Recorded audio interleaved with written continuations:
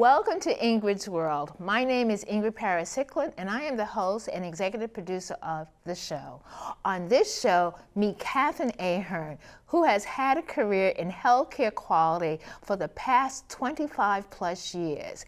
As an executive, she has successfully led quality and accreditation departments for acute care hospitals, managed care organizations, government agencies, and large consulting firms.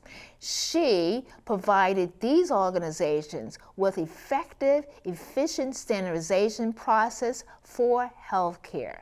Catherine then decided to apply all of her business expertise and her love to her new journey, and her love actually of food to her new journey. Tysons Creamery was born in 2019. Welcome to the show, Catherine Ahern. Well, I'm thrilled to have you here with us. So you're there in your home kitchen? I love it. Or your TV kitchen? It's actually a TV test kitchen. Is what it is. The operational kitchen is in another area. TV test kitchen, I love that. So before we find out even more about your flavors, and then I hope you notice my flavorful attire. Because we're talking about ice cream. Tell our viewers about yourself. So as you mentioned, Ingrid, my previous career was 25 plus years in healthcare as an executive. So in the corporate world, and not only have I done that, but I'm also a Rotarian, and I have a tremendous passion and mission for paying forward in any way that I can, regardless of what that looks like. So we'll get into that in a little bit as we talk a little bit more about Tysons Creamery. Wow, and I love what you're saying, and paying it forward. So tell our viewers, about your career. Because you've had, as you mentioned, a really outstanding career. I really have. Like most people, I set my mind to it and continued on. But I honestly have to say that my past career in healthcare was also a love and a passion. And it was about ensuring, as best one can, to have quality healthcare in many different aspects, right? And the quality programming and accreditation, which of course, ensures that there are regulations around it and processes that are very specific. It was again, a love of making sure that things were right for people. And I think that's also why it aligns with mission of making sure that we're paying forward, however that looks. It isn't always obvious, right? So. You're quite right about that. It's not always obvious. I'm just relating to everything that you're saying. My goodness. So give us an overview of your current business. I'm sorry? Give us an overview of your current business. Oh, yes. Okay. So Tysons Creamery, as you indicated, had been born, or I'll say launched, the end of 2019. And Tysons Creamery is, again, a culmination of an absolute love and passion for food, but high quality food, done well, done safely. And I played with recipes and finally came up to a determination of what this would end up looking like, and the recipes, which are mine, and launched it in 2019. And then, of course, we can backtrack from there simply because, as we all know, very unfortunately, we shut everything down in 2020. So I had to pause, quite honestly, and kind of reflect and say, okay, do you really have this kind of passion? Do you really believe that we have, I have something to say about food? And come 2022, I said, okay, let's do this again. And so, moving forward, and kind of here we are. So now you look like you're getting ready to prepare.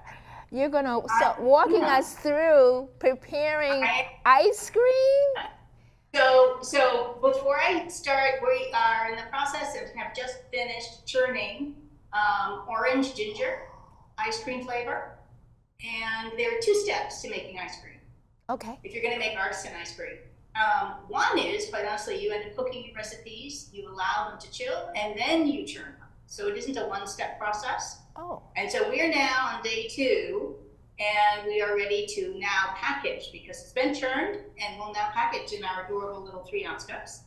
Because again, can be wonderful, but it needs to be in moderation. Oh, that's right, right. I like what you say, in moderation. In moderation, exactly.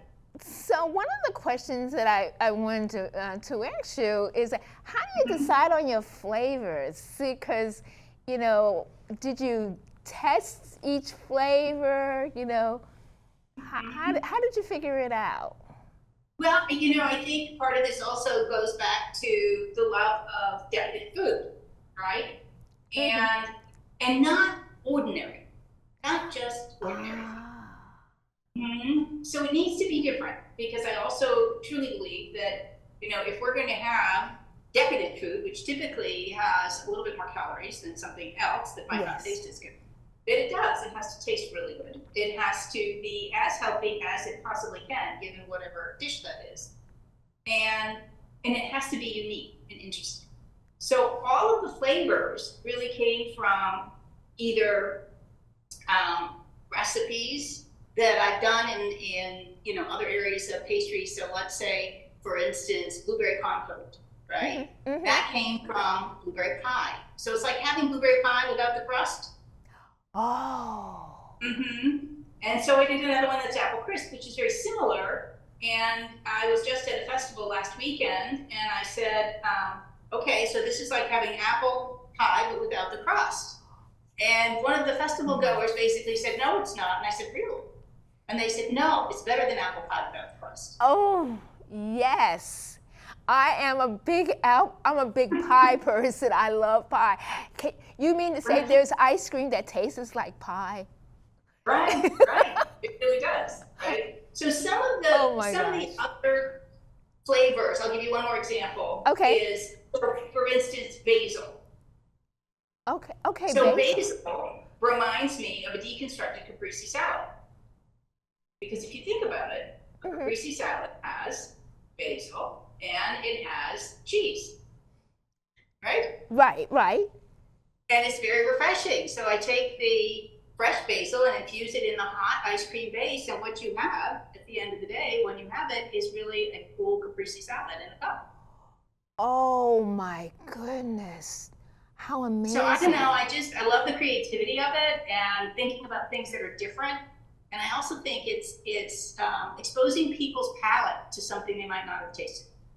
And also healthy, because I thought I heard you say ginger. You use ginger is it's diced ginger, and the orange is just orange pulp with orange juice and a little zest. So it's all just the orange.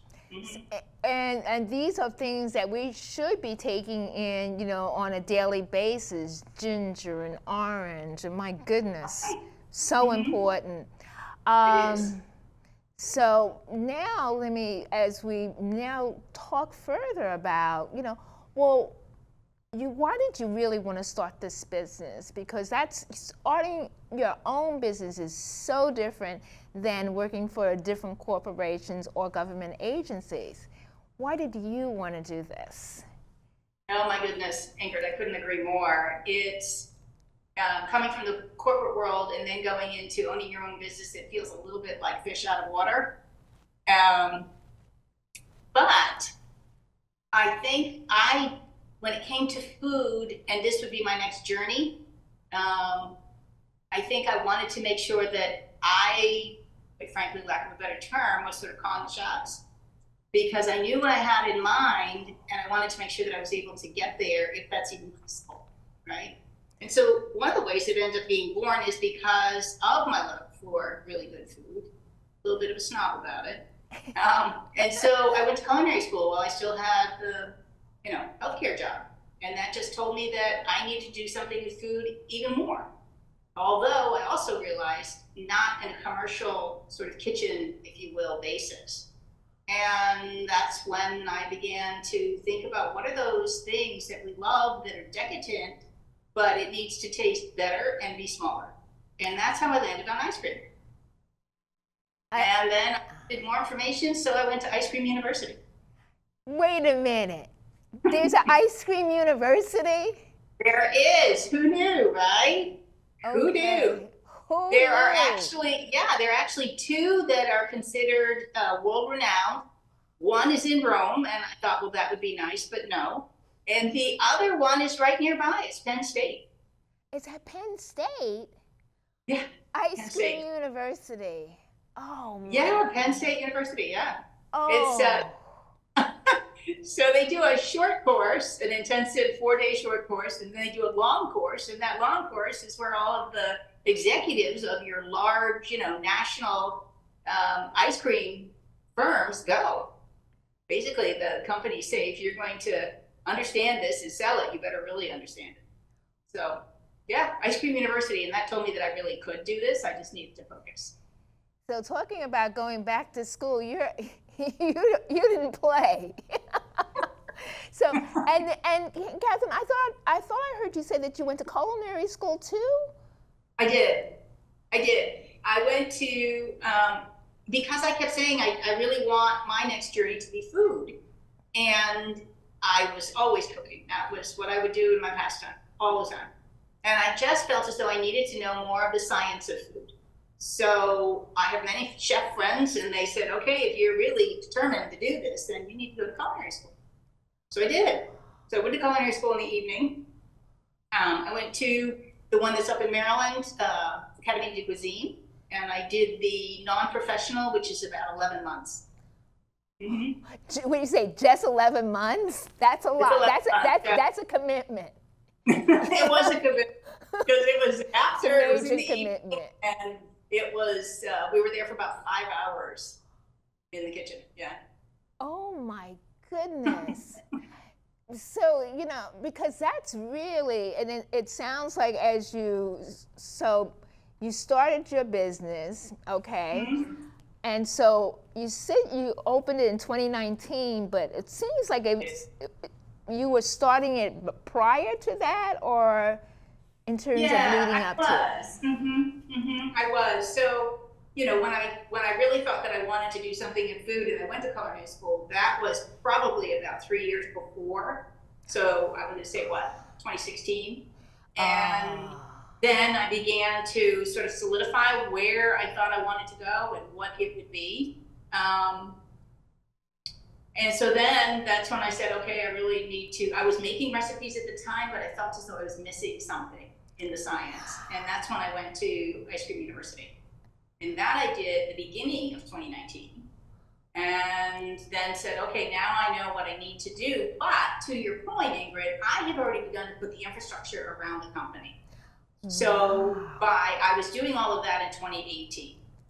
So incorporating your business, getting your business operational articles with the state and all of that, and your branding, working with your design team and all of that. So I was doing all of that in 2018, excuse me. 2018, that would really make a lot of sense. So it's like really, lots of major preparation. Because what I also love is the design of your beautiful cups that you're holding there. Really, and then I noticed that your chef jacket is the same type of branding. So a lot of thought has gone into that. So I just want to make sure that we have this. So you were inspired to start Tysons. What inspired you to start it? The Creamery, because you're thinking about next chapters. Was ice cream and food a big thing with your family, or did you expose it? What was that journey? How did you get involved to start your business? Right. So, but like you said, food would be the next journey. Where was I going to land with food? What type of food? What would that look like? Right. What would the business model be? It was obviously not a commercial kitchen and that sort of thing, which is where I landed on catering, right? So ice cream catering. But I think, as I really think about it, I wanted to do this for a couple of reasons, quite honestly. One, I wanted to create something different, right? And something that if I were to build it and be successful, this is how I would also, this would be the vehicle by which I could pay forward.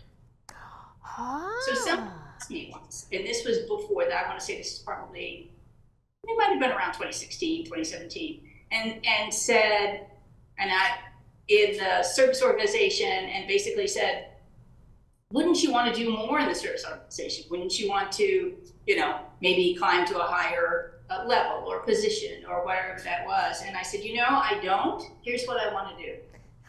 I want to put a business together that's passionate for me, that makes sense to me. And I want to be so successful that it's my success that assists with the organization and charity work. And I think that's really the key, because that joy comes through that. And so you're really putting together and you narrowed it down. So let me ask you, were there any challenges in starting a new business? Holy cow, Ingrid, we would need several hours. No. Really? There really is. I mean, yeah, there really is. And I think part of it is you have a passion, you have a vision in your head, and of course that vision in the beginning is all very rosy and works really well, of course, because you don't really know what some of those pitfalls are going to be. A lot of it has to do with regulations around businesses, your licenses, all of that, regardless of whether it's food or not. Where are you going to operate? Is the county in agreement to that, or do you need to move your business somewhere else? What's your distribution? So there's so many different aspects and pieces to it that I wouldn't discourage anybody from going into business. What I would tell them is, you get your piece of paper out, you sit down very quietly, you write down what you see your business. What's the vision? What do you want to do? Where do you want to go? And now make that list of what you think you need, and then end up talking to somebody else, and they're going to add 4 or 5 more columns of what you must have. Wow. It's challenging, but if you stick with it and you keep your eye on your vision and your mission, you'll get there. Wow. So you just have to be it sounds like methodical in terms of, okay, yeah, it sounds like that, because you just can't say, oh, it'd be wonderful for me to go ahead and do a business. Yeah, wouldn't this be fun? This will be so much fun. Well, Right, wait a minute. It's ice cream. So, and how difficult can that be? oh yeah, and thank you for bringing that very serious, very much of a fun place, but a very serious side. And I like what you were saying. You said that to make sure it pays for itself. Oh my gosh. Well, so my next question is, when you're starting a business, how do you find your customer? How do you figure that out? I mean, good point, right? You can, like you said, you can have this tremendous vision, and if you haven't really figured out who is your target market, which is the way you want to think about it, right? So I might have a fantastic product, quite honestly, create all of this, put all of this hard work into it, but if I don't know ahead of time if there's actually a market for what I'm creating, then I need to stop and step back. So who is my target market? My target market are those who would end up having events. So either a private event, or let's say like a private party, or corporations, and they're going to have an ice cream social, right? Or large universities like George Mason, and they're going to do a particular event, and so they want something like this as a different dessert. So if you have a pretty good idea, again, this goes back to that being methodical list. So who are your customers going to be? And you need to be able to list out multiple different types, so that you're not hinged on one type of customer all the time. Wow. And then you go to how many are in your area, how many do you think you can reach, and that goes into the whole social media piece, right? Wow. Yeah. So what has been the impact of your business on the community? So interesting. I think what I'm going to use is the example of George Mason, and then also Fairfax County, to be very honest. Okay. So what's been interesting is when I was at a fundraiser, and it was for George Mason, it was Women in Business. Mm-hmm, mm-hmm. And the director who was running that particular fundraiser had seen me at a festival back in 2019, right? And Nice. what ended up happening was, if that particular fundraiser, because again, it was Women in Business, and the folks that they had as speakers were those who had been very successful, okay, in business. What happened at that point was deans and the other speakers were all there and basically said, you are a perfect example of how you can do this regardless. And I said, it's quite all right. It's not being PC that you could say you can do this as a second time around. It's okay. But you can do this and you can be successful, and it doesn't matter what age. It doesn't matter what you've done before. You can end up in, a business and be successful at it. And since then, they have had me at several different events, award ceremonies in particular, which has been very interesting. And they will point it out. And folks have said, really? And I said, sure. There's no such thing as you just stop. You just go and do something different. So whatever that passion is, go do it. Wow. And the same has happened with Fairfax County. They have a different program. It's called Celebrate Fairfax. And again, in the very beginning, they contacted me. We had long conversations, and basically they said, we want you out there because we really want people to see that you can do this. You can do this. You can have something different. You can be successful, and it doesn't matter how old you are or at what point in your career or your journey. And I think that that's really inspiring because you want to be that face of people saying, that you can start something new, and that it's just invigorating, and you're creating and you're keeping that creative gene is working, and you're planning and thinking about different things. So I like it. I think you answered my question. It says, what advice do you have for those who want to start a new business? My next question is, who should consider owning their business? What do you think is, who should consider that? I think, is there a criteria? I'm not sure that there is a criteria. I think that regardless of what your background is, I think just about anybody can. Again, it's about being methodical, and I'm going to say careful, air quote careful, right? But also there's tremendous resources out there to help you. Ooh. The county, they have tremendous resources. You could reach in. The SBA has coaching and mentoring programs. SBA, the Small Business Administration? Yes, sorry about that. Small Business Administration has coaching and mentors. Your counties also have programs for small businesses. They will help you figure out how do you end up working with the county or larger organizations, and they'll help you walk through what should your marketing look like. How much should you actually spend or not spend. So I'm not sure that there's criteria to say you should or you should not go into business. I think it's, again, about making sure that you're being smart about it and methodical. And there's loads of resources out there to help. Wow. I love the fact of how you're just giving this, so you're inspiring, and you're letting us know that there are resources out there that people can take advantage of. Right. So Exactly. I think I have time to just ask you one little short question. And what's your word of inspiration, for those who want to, get involved in their own business? So very interestingly enough, I had reached out to our regional chamber of commerce and had a conversation that was really about how do I take the business to the next level? Yes, I'll be a chamber member, but how do I do that, right? What was interesting was they said, so what's your story? So I told them, just as we've heard, right? And there was a comment, and I thought, I don't know that I ever thought about it that way. And they said, you're doing what many of us only think we want.